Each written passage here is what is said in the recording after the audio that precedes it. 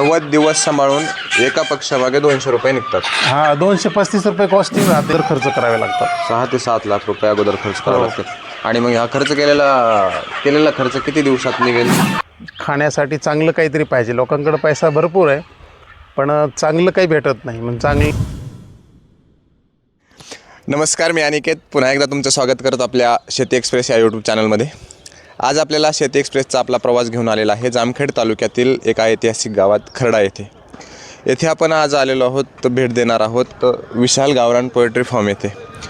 तर या फार्मच्या जे ओनर आहेत त्यांच्याशी आपण बातचीत करणार आहोत आणि पुढील त्यांनी या गावरान पोल्ट्री फार्म उभारणीमागचा त्यांचा प्रवास काय आहे त्याबद्दल आपण जाणून घेणार आहोत. दादा या इकडं. दादा नमस्कार. नमस्कार. तुमचा अल्पसा परिचय द्या आणि तुम्ही उभारलेल्या या गावरान कुक्कुटपालनाबद्दल आम्हाला माहिती सांगा. माझं नाव आहे गणेश धनलगडे, मुक्काम पोस्ट खर्डा, तालुका जामखेड, जिल्हा अहमदनगर. तर मी 22 वर्ष सेंट्रल रिझर्व्ह पोलीस फोर्समध्ये सर्व्हिस करत होतो. 22 वर्ष संपल्यानंतर पुन्हा मग आफ्टर रिटायरमेंट एक छोटासा व्यवसाय सुरू करा असं वाटलं. म्हणून हे कुक्कुटपालनाचा निर्णय घेतला आम्ही. आणि त्या अनुषंगानं गावरान पक्ष्याचा आपण शेड टाकलेला आहे.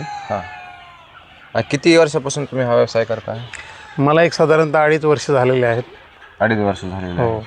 आणि या व्यवसाय ज्यावेळेस तुम्ही चालू केला त्यावेळेस तुम्ही कोणत्या उद्देशाने केला कुक्कुटपालनाचा? उद्देश फक्त सगळेजण नफ्याच्याच उद्देशाने करतात, आपणही त्याच उद्देशाने करत आहोत.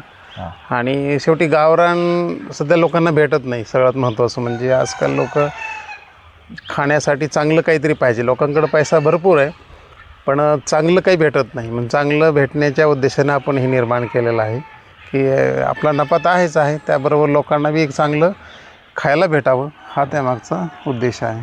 आणि इथं आता आपण पाहतोय तुम्ही 2 शेड बांधलेले आहेत. ह्या शेडची लांबी रुंदी किती आहे आणि त्याच्यामध्ये किती पक्षी आहेत? आता हे समोरचं दिसत आहे तो शेड आहे 30 फूट रुंद आहे आणि 110 फूट लांबी आहे. आणि तो पलीकडचा तो दिसत आहे त्याच्यामध्ये 100 फूट लांबी आहे आणि 30 फूट रुंदी. एअर व्हेंटिलेशनसाठी आपण 30 फुटाचाच वापर करतो. म्हणजे रुंदी लांबी किती असली तरी चालन, पण रुंदी 30 फुटाचीच असावी लागते एअर व्हेंटिलेशनसाठी. आणि हे पूर्व पश्चिम आहे, म्हणजे सूर्याच्या उन्हाच्या उद्देशाने आपण तयार केलेलं आहे. म्हणजे हे पूर्व पश्चिम दिशेला असतं. आणि याची लांबी किती म्हणली होती या शेडची? 110 फूट आहे. मग याच्यामध्ये किती पक्षी टाकलेले आहेत तुम्ही? ह्याच्यामध्ये 3000 पक्षी आहेत. या तुम्हाला दाखवतो.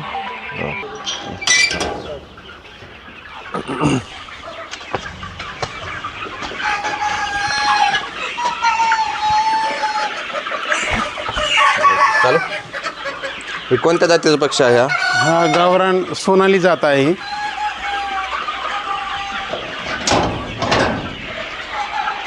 ही सोनाली जात आहे. हे मिक्स आहे नर मादी. त्यांना 60 दिवस पूर्ण झालेले आहेत. 60 दिवसाचा पक्षी आहे. हो. आणि मग हे तुम्ही आणता वेळेस का लहान पिल्लू आणलं होतं का? हो, आपण 1 दिवसाचं हॅचरीमधून पिल्लू आणतो. हे सोलापूर जिल्ह्यामध्ये बार्शी या ठिकाणी ह्याची हॅचरी आहे. बरं. आणि त्या ठिकाणी आपण जसे आपल्याला ऑर्डर देऊन आपल्याला भेटतात त्या ठिकाणी. बरं, ज्यावेळेस हे आणलं लहान असताना तर एका पक्षाची किंमत काय होती? एक साधारणतः 23 रुपये ते 25 रुपये या दरम्यान असते. म्हणजे थोडासा 1-2 रुपयाचा अपडाऊन राहतो, परंतु 25 रुपयाच्या ॲव्हरेजमध्ये भेटून जातो. आणि मग 25 रुपये जर पक्षी आणला, एक पक्षी प्रति 25 रुपये आणला, त्याच्यानंतर किती दिवस सांभाळायचा? 90 दिवस. 90 दिवस सांभाळल्यानंतर विकायचा. हो. त्यावेळेस त्याची किंमत काय असणार? 90 दिवस आपण सांभाळल्यानंतर आपले साधारणतः एक 1100 ग्राम 1200 ग्रामचं ॲव्हरेज बसतं. आणि ज्यावेळेस विकतो आपण तो 200 प्लस म्हणजे 210-215 किलो त्या वजनात जातात व्यापाऱ्यांना. अच्छा, म्हणजे साधारणतः किंमत किती लागते एका पक्षाची? समजा किलोचे राहिलं तरी समजा 230 रुपये 235 रुपयाच्या ॲव्हरेजमध्ये बसतो. ओके, म्हणजे 90 दिवस सांभाळून एका पक्षामागे 200 रुपये निघतात. 235 रुपये कॉस्टिंग राहते. आणि खर्च म्हणला तर 135 रुपयापर्यंत खर्च जातो त्यांचा. 135 रुपयापर्यंत खर्च जातो. ओके. आणि म्हणजे आपल्याला एक साधारणतः 70 रुपयाच्या ॲव्हरेजमध्ये निव्वळ नफा भेटतो. ओके. आणि आता हे तुम्ही जे शेड बांधलेले आहेत वगैरे, ते बांधत असताना स्वखर्चाने बांधलेले आहेत की काही सरकारी योजनेमधून लाभ घेतलेला आहे? नाही, हे आपण स्वखर्चानंच बांधलेलं आहे, योजनेचा लाभ नाही घेतलेला आपण. आता माझा प्रश्न असा आहे तुम्हाला की कोणीतरी नवीन उद्योजक आहे ज्याला नवीन चालू करायचं आहे, तर पहिल्यापासून ते शेवटपर्यंत त्याचा रोड मॅप काय असेल तुम्ही थोडक्यात सांगू शकता का? सुरुवात खर्च भरपूर असतो, पण ज्याला सुरू करायचं आहे, कारण शेडला साधारणतः बनवायचे भांडे वगैरे जर लावायचे म्हणले तर तुम्हाला एक 6 ते 7 लाखापर्यंत खर्च येतो एका शेडसाठी. एक साठी. तर शेडची लांबी किती आहे? ही 110 फूट लांब आहे आणि 30 फूट रुंद आहे. ओके. तर तुम्हाला एक आवरेज 7 लाख रुपये लागतात, कारण लाईट फिटिंग वगैरे असते, मोठी केबल वापरावं लागते हां आणि भांडे आहेत, पाण्याची व्यवस्था पण आहे, वरचे सिमेंट पत्रे आहेत, लोखंड आहे. या सर्वांचा खर्च धरला तर साधारणतः 6 ते 7 लाख रुपये तुम्हाला अगोदर खर्च. कसं असतं ॲक्च्युली हे वन टाईम इन्व्हेस्टमेंट आहे, म्हणजे तुम्हाला लगेच त्यातून प्रॉफिट भेटेल असं नाही. ते आपण खर्च करून ठेवायचा आणि हे पक्षी टाकल्यानंतर मग त्यातून तुम्हाला थोड्या थोड्या प्रमाणात निघत राहील. एक साधारणतः 5 ते 6 वर्षामध्ये तुमचं रिकवर होऊ शकतो. 6 वर्ष लागतात? 5 ते 6 वर्ष लागतात. 5 ते 6 वर्ष. बरं, तर या बाजूला आपण बघतोय, दाखव. इथं त्यांच्यासाठी तुम्ही मागवलेलं खाद्य आहे, हो बरोबर? हो आपण आज खरड्यात आहोत, हो. तर मग हे खाद्य तुम्ही कुठून मागवताय किंवा स्वतः तयार करताय का? नाही, हे खाद्य आपण कंपनीचं मागवतो. सिमरन कंपनी आहे, हे धुळ्याला असते ही कंपनी. ऑर्डरनुसार आपण ते खाद्य मागवतो. अशा पद्धतीचं खाद्य आहे. हे 3 नंबर खाद्य आहे, फिनिशर म्हणतात त्याला. याच्यामध्ये कोणते कोणते घटक मिक्स आहेत का, याच्याबद्दल माहिती आहे? ह्याच्यामध्ये सर्वात 60% तमकाच असते आणि राहिलेले 40% बाजरी, अशी बाकीची कडधान्य वगैरे असतात. त्याबरोबर प्रीमिक्स असतो, पुन्हा फीड ऑइल असतो. हे सगळं जास्त प्रमाण मक्याच असतं. 60% मकाच असतं. कुठून? धुळ्यावरून मागवलं? धुळे. हां, धुळ्याला कंपनी ही. त्यांना जर ऑर्डर दिली तर ते तुम्हाला घरपोच? हां, फोन आपण सांगतो त्यांना आपल्याला एवढे खाद्य पाहिजे, मग ते गाडी पाठवतात. बरं, आता हे तुम्ही 90 दिवस जो पक्ष तुमच्यापाशी ठेवताय, 90 दिवसानं त्याची विक्री करताय, बरोबर? हो. तर ज्यावेळेस विक्री करताय तेव्हा स्वतःला तिकडे घेऊन जावं लागतं का डिलर तुमच्यापाशी येतो? आपण काय करतो, पक्षी मोठा झाल्यानंतर 90 दिवसाचा झाल्यानंतर आपण आपल्या व्यापाऱ्याचे कॉन्टॅक्ट नंबर आहेत, आपण व्यापाऱ्यांच्या व्हॉट्सअपला हे पाठवतो, इमेज पाठवतो, फोटो पाठवतो, व्हिडिओ कॉल, शॉर्ट व्हिडिओ पाठवतो आणि मग त्यानुसार ते व्हिडिओ बघतात आणि मग किंमत ठरवतात आणि मग ते स्वतः घेऊन जातात. हो, त्यांची स्वतः गाडी येते, त्यांची माणसं येतात. मग आपण गाडीचं वजन करायचं, एमटी गाडीचं, आणि भरल्यानंतर पूर्ण गाडीचं वजन करायचं. अच्छा. आणि बरं, आता त्या 3 महिन्यामध्ये ज्यावेळेस तुम्ही सांगितलं 25 रुपयाचा पक्षी आणला, त्याला 3 महिने आपल्याकडे ठेवला, त्याचं खाद्य पुरवलं, ते पुरवत असताना किंवा ते करत असताना यांच्यावर येणाऱ्या जे रोग आहेत ते कोणकोणते रोग येतात आणि त्या रोग निदानासाठी तुम्ही काय वापरता?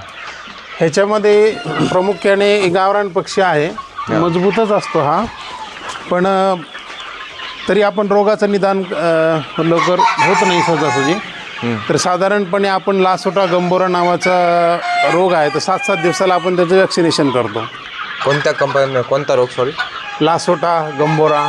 लासोटा आणि गंभोरा हे मुख्य रोग आहे. हां, तर त्याचं आपण 7-7 दिवसाला वॅक्सिनेशन करतो.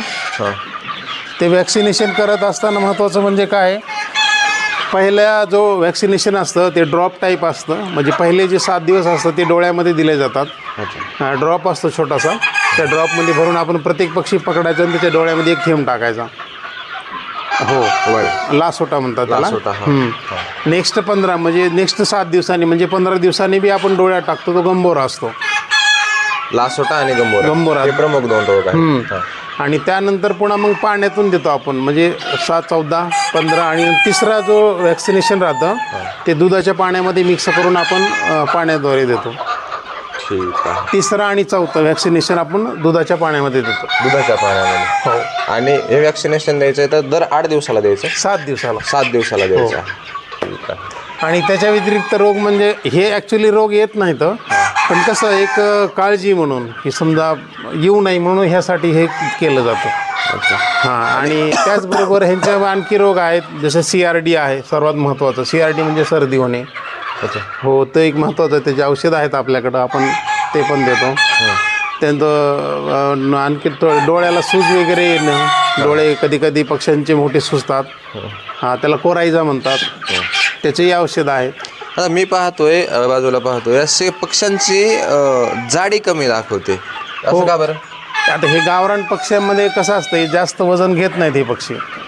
जसे इतर क्रॉस ब्रीड आहे किंवा बॉयलर वगैरे आहे, तर त्याच्यामध्ये लवकर वजन वेट गेन होतं, पण ह्याच्यामध्ये वेट गेन लवकर होत नाही.